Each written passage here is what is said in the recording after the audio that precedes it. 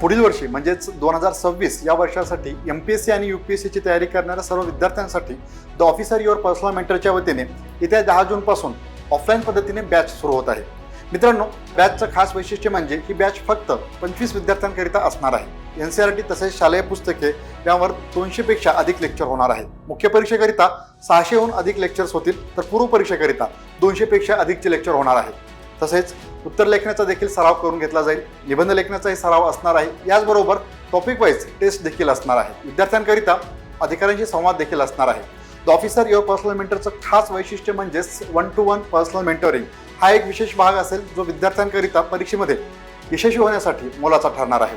याचबरोबर चालू घडामोडी या विषयासोबतच इतर विषयांचे सर्व प्रिंटेड नोट्स देखील त्या ठिकाणी अवेलेबल असणार आहेत.